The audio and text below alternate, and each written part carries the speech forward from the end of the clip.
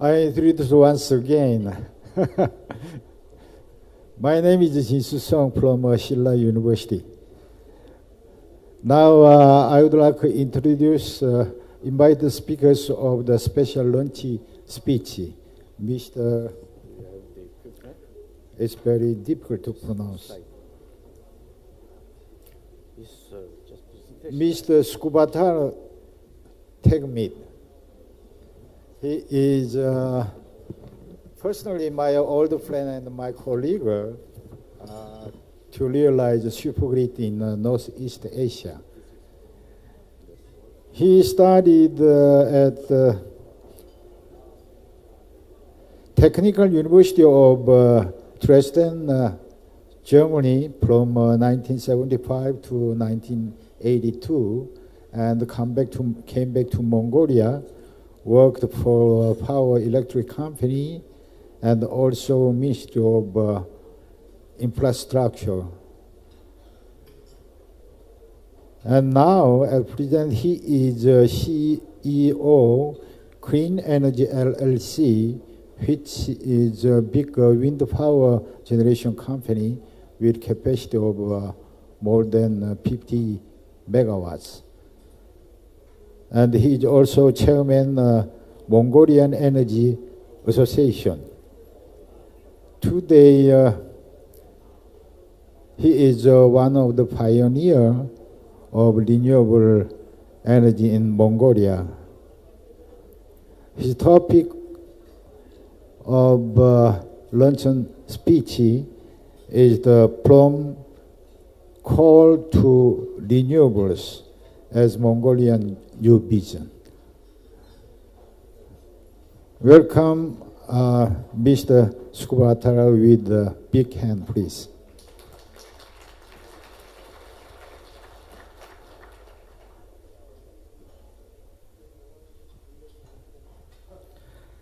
Okay, good afternoon. I am so happy again in Korea. I was first time in 91 since that time I was here again about 20 or 30 times. But this time, my dear friend, Mr. Professor Kim Sang-gup, he invited me to make a luncheon speech. It is very important task to make a presentation before during your lunch by hungry people. But still, Mongolia is one of the very attracting place in Northeast Asia. Maybe Mongolia will welcome you. Just my speech has content energy resources in Mongolia, and I will tell a few words about current status of Mongolian energy. And finally, I would like give some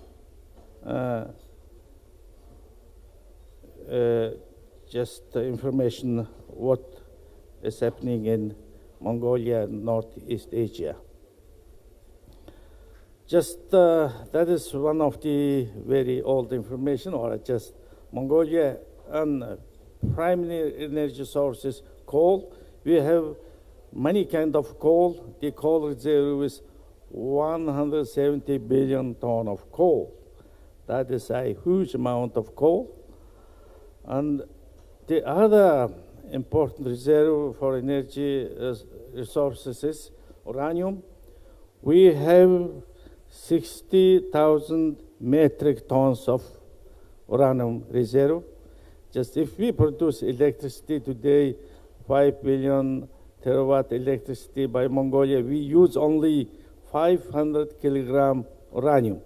Means that is a huge energy resource, and we have deposits in East and South Mongolia mostly. And oil, we have oil, but oil reserve is very limited. We have only 332 million ton of oil, a proven reserve, we are exporting oil to China. Still, we yet establish refinery, and a refinery is under construction between cooperation India and Mongolia. And gas, we haven't any natural gas, just the gas I showed here is only coal bed methane gas. And just this forecast of the gas reserve means the coal bed methane is 6,000 million metric ton. Just I'm concerning more reserves, renewable energy reserves, solar, wind, and hydro. Just we have huge solar energy reserves. One is the which is studied by Professor Kurokawa. His team was financed International Energy Agency. One of the contributors for this study is Professor Jin Song, who introduced me. He was one of the contributors for the study. And on this study, just the first solar reserve in the world, the Sahara Desert. It is fixed. On second large reserve is Gobi Desert, that is in between Mongolia and China. Most of the Gobi Desert part is in Mongolia, which is, just you can see all these deserts compared in the world, but that is the Gobi can deliver energy. Today, the world is consuming 25 tera kilowatt hour, but from the Gobi we can produce 2 terawatt kilowatt hours easily. That is almost more than 50% of China's annual energy consumption. That is huge. The next big reserve in Gobi is wind. Wind is blowing between Altai and Henggang Mountain. We can easily build 1,100 gigawatt capacity wind farm. Today is China's the total capacity is just in the same range. Means we have huge amount of wind reserve. Just I'm one of the initiator of to build the first wind farm in Mongolia. It's just running almost 6 years. We have very good success. We have an efficiency more than 33%. That is very good. Nearby Ulaanbaatar in Gobi is the wind reserve is much higher than that figure. Hydro, we have limited reserve because Mongolia is far away from ocean, and we have about 6,000 megawatt hydro reserve. And if you look this Mongolian grid, we have 4 different systems: central, west, east, and Altai Ulyasta. Because we are, the population density is very low, but the country is very huge. Therefore, just these systems we can integrate easily. That is a big problem. This is land is big and population density is low. That makes always problems to build infrastructures. And if we're looking for the installed capacity of Mongolian power grid, we are based electricity production on coal. If you see, 84% of this energy production is based coal.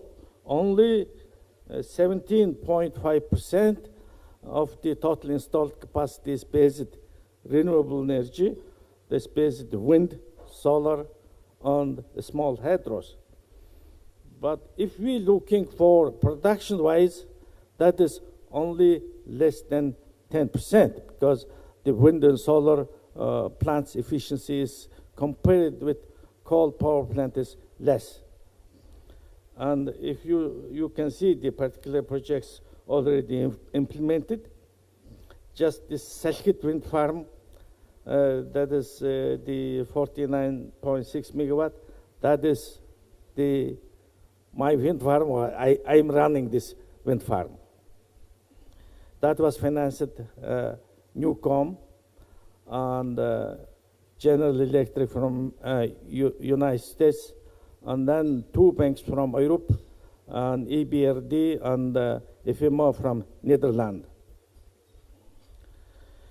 If you see the energy mix of Mongolia compared with the Northeast Asian countries, China, Japan, Russia, and Korea, and our energy mix is quite brown, based on coal. That should be changed in the future. We make more green. We have technical problems because we haven't much regulation capacity. During the peak load time, we are importing electricity from Russia. And in the future, if we will build more wind and solar, and we need a kind of regulation capacity, and for it, we need energy storage. If you look for the energy storage, most conventional, most traditional energy storage is pumped hydro. We need to build pumped hydro to apply more renewable energy in Mongolia. And you can see this annual growth of electricity, just historical. In the future, this base of the electricity demand is increased 5 to 6%. But if build a larger mine, larger industrial complex, it should be, the growth can be abruptly. That is just new projects which are planning in next period, new renewable energy projects. Just the current status of Northeast Asia, that is based the Asian Development Bank. Just if you see this electricity consumption, China consuming 5,472 tera kilowatt, watt hour. And only Mongolia is only 5. And we are importing electricity in western, from southern on the northern part.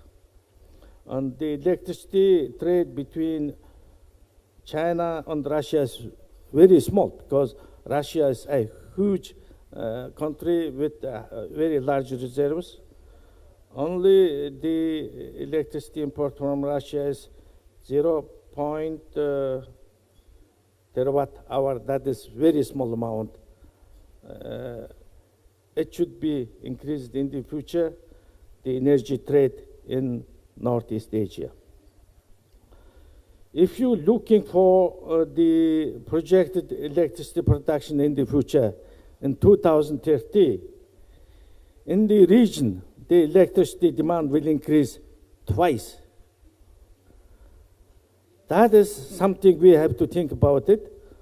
Will we use more coal or more renewable? That is the question we have to answer. And I am a person thinking we are use in the future more green, Because I recently visited in Geneva this air pollution conference, which was organized WHO. Northeast Asia, just if we look for 1/4 of the emission in the world is emitting by Northeast Asia, because the population density is high, electricity consumption is high, and all this electricity production is based on coal.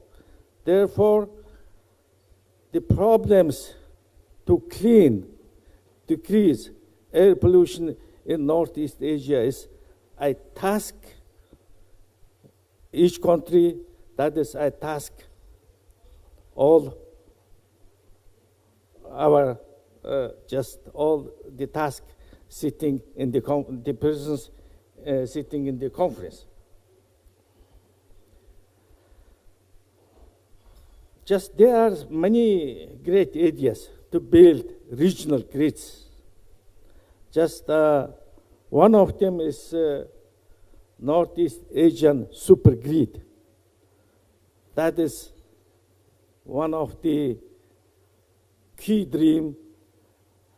In the future, Korea and Mongolia can be interconnected. I think we will see very soon this will be implemented. And among them is an idea Gobi Tech, which was initiated by this very large power plant project. But we can establish huge, larger power plants in Gobi, wind farm, as well as solar. We can bring this electricity to China, Korea, to Japan. Even we can bring electricity to Russia in the future. And it is very important to build interconnection. Such long distance interconnection is technically solved. That is the high voltage digital current transmission lines already tested in Europe, in America. We can use this kind of technology. And with this, Mongolian government asked, or the request, put a request to Asian Development Bank to make a study on this Northeast Asia power system interconnection. That is already started. And that is the terms of reference on this study. And ADB selected Électricité de France, one of most experienced public company in Europe, EDF, is preparing the study. I think after 2 years, everyone can have a copy of this study, how we can interconnect this. And then on this, it was several meetings in Mongolia, in Korea, in Japan, and it was meetings in September in China, and October in Mongolia. But next time we will have another meeting in Mongolia.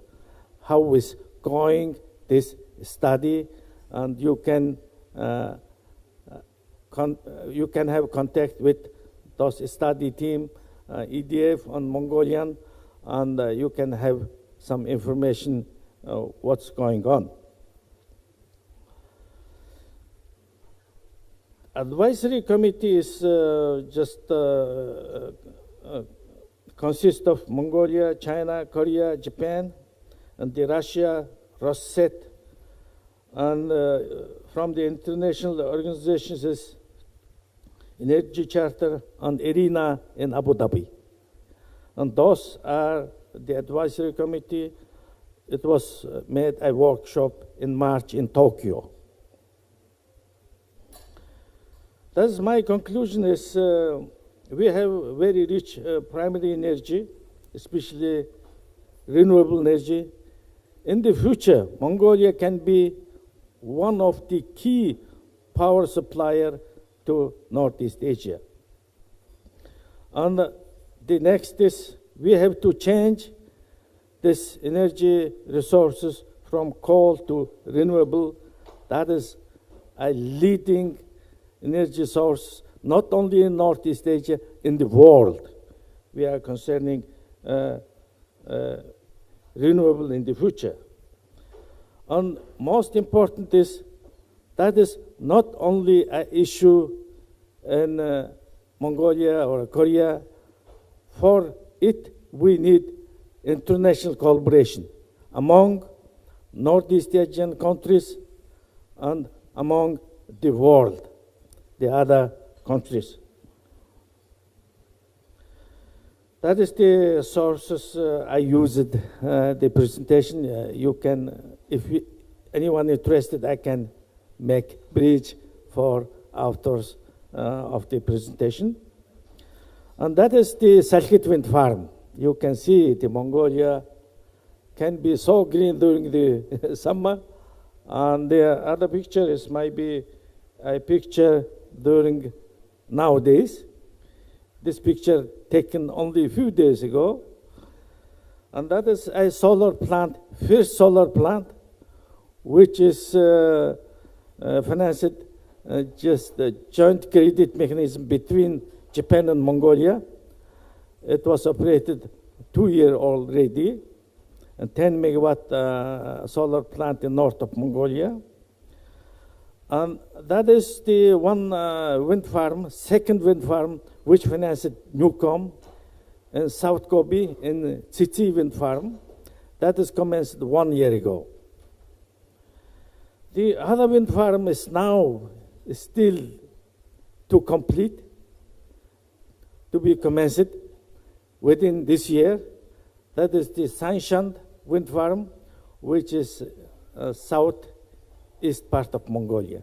That is actually my presentation, because just, sorry, just disturbing your lunch. But anyway, thank you, your attention, and thank you again. Thank you, Mr. Sukhbatar Tesagmet.